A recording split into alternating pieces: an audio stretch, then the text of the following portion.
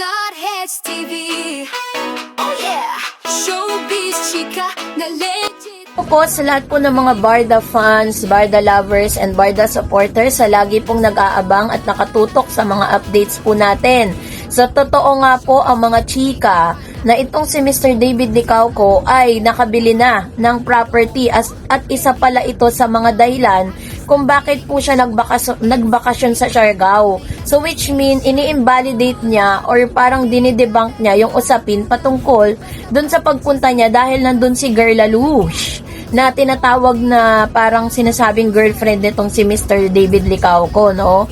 So, maaaring yan ang dahilan. So, pag-usapan natin yan maya-maya lang. But before that, if you haven't subscribed yet to my YouTube channel, please don't forget to like, share, and subscribe at i-hit mo na rin ang notification bell for more showbiz updates. Bago tayo, of course, magpatuloy sa ating updates for today's video, ay nais kong pasalamatan kayo for always watching and trusting this channel.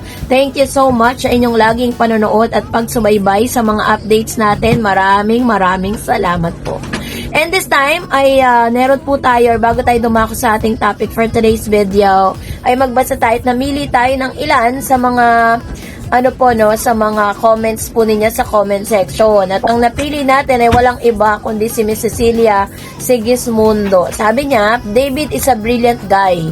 Saludo ko, hoping that he shouldn't allow someone who will dictate him for matters of very personal, especially love life niya. Barda forever. Ayan, ito po yung kanyang sinabi, Sinabi niya dito na dapat daw si David Licauco ay hindi po siya inaalaw ang sino man na makialam at magdikta kung ano yung dapat niyang gawin, kung sino yung dapat niyang mahalin, 'di ba? At kung sino yung dapat niya nakasama, no?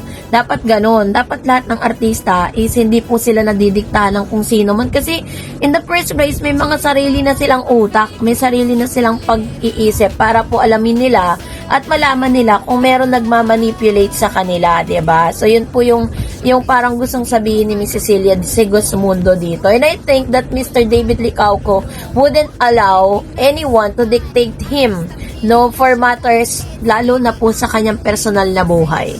Kasi ibang usapin na po yun kapag pinakialaman na yung tungkol sa personal na buhay mo, 'di ba? This time eto na, pag-usapan natin. Dahil si Mr. David Licauco po ay naikwento at naibahagi niya sa kanyang interview na nagsimula rin pala siya bilang extra at nangarap at nagtagumpay. Sabi po ng Bandera na article na ito, sabi niya, bago sumikat ng bonggang-bongga sa mundo ng showbiz, dumaan din sa mga extra challenge ang pambansang Ginoo na si David Licauco. 10 years sa entertainment industry si David at aminado siya na hindi naging madali ang pag-abot niya sa estado niya ngayon bilang aktor sa GMA.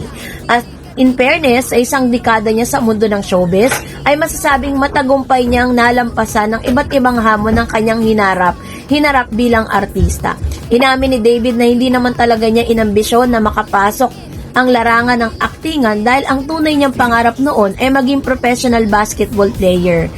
It's a far-fetched idea. Growing up, feeling ko nung simula, basketball talaga. And then, nag-shift siya sa pagka-graduate ko. Naisip kong magnegosyo, pahayag ni David sa panayam niya si GMA7. Pero nagbago nga ang lahat nang kusang lumapit sa kanyang opportunity sa showbiz. Todo pasasalamat niya sa mga bossing ng GMA7 dahil sa tiwala at suportang ibinigay sa kanya para magtagal at makagawa rin ng sariling pangalan sa industriya kahit paano.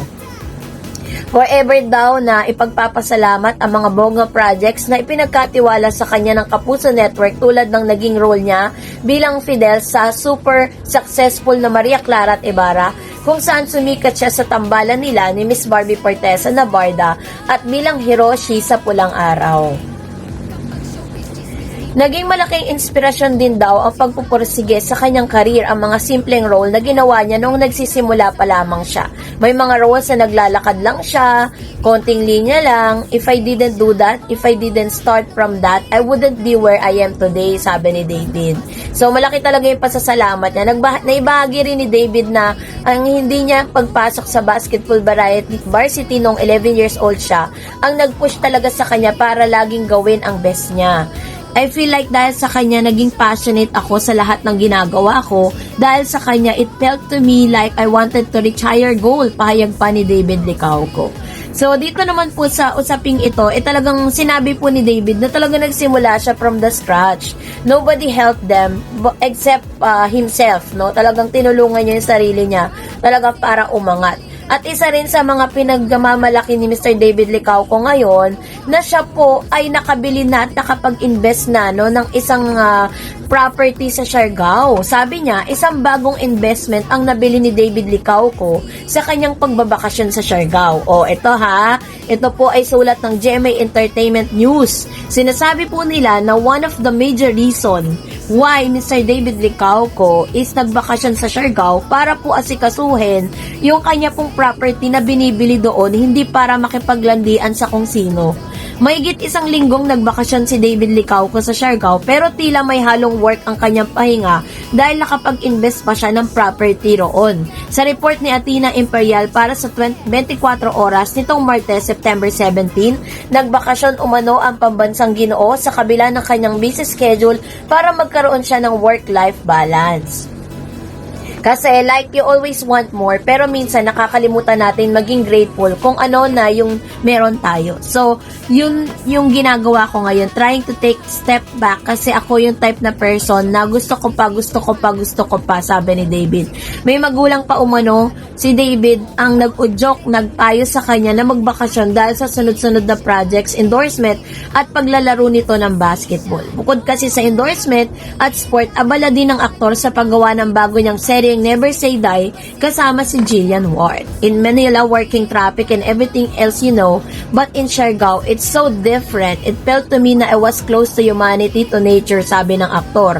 Pero, kung mapapansin ninyo, wala po siyang nabanggit dito na girl na kasama niya. Bukod sa kanyang pamilya, kasama rin ni David ang kanyang kapwa star na si Jay Ortega na nai-enjoy rin ang island life. Pagbabahagi ni Jay, the vibe na parang sobrang kalma, yung mga tao sobrang simple ng buhay. Ibinahagi rin ni David na napili niya mag-invest sa Siargao, plano umano ng aktor na magkaroon ng isang villa o resort sa isla, bagay na suportado naman ng kanyang kaibigan at kapwa businessman na si Dustin Yu. Nasa planning stage pa lang siya, kinukwento na niya sa akin, sobrang na-excite siya. Ang dami na rin niyang business na successful, and of course, this one naman, real estate. So for me, win-win rin yan, sabi ni Dustin. So yun po yung kanyang sinabi, pero never ever niya nabanggit ang girl na tinutukoy dun po sa mga sa mga chismis. Dahil the real reason why na bakit siya nagpunta ng Siargao, hindi para po, sa tulad ng sinabi ko, hindi para makipaglandian, o hindi para sa business trip din, no? Kahit sabi po ng kanyang Mami Eden, na pumunta ka, magbakasyon ka, kasi nga sunod-sunod daw nga po yung mga projects niya. So, it's time for them to rest. Pero doon po, isa rin sa major reason ay ang pagbili po nila ng property ng kanyang business partner na si Mr. Dustin Yu. Ibig sabihin, magkakaroon po sila ng collaboration ni Dustin doon na isang villa or resort, no? Maganda po sa Siargao kasi marami nagpupunta doon. And that's really, a good, kumbaga sabi niya, ay sa win-win situation na napunta siya doon. Pero never naman niya nabanggit kasi sinasabi niyang kasama niya doon is yung kanyang kapwa sparkle star na si Jay Ortega, no? At talagang in-enjoy po nila yung kanilang bakasyon doon. So it only shows na hindi talaga totoo na pumunta siya doon dahil yung sinasabi ng mga rumors, no, na nagpunta siya doon dahil nagbakasyon nga daw tong si Alex Manalang doon, na hindi naman natin kilala, na hindi man lang natin na, ay nako, ewan. So, yun na po yun. So, ibig sabihin, dinidebunk po ni Mr. David Licauco mga chika na siya po ay may kalandian sa Siargao. So, kayo po, anong inyong saloobin patungkol dito? Mag-comment kayo sa comment section. And that's it for today. For more videos and updates, please don't forget to like and subscribe. And please don't forget to follow my Facebook page, Dar Eds TV. God bless everyone!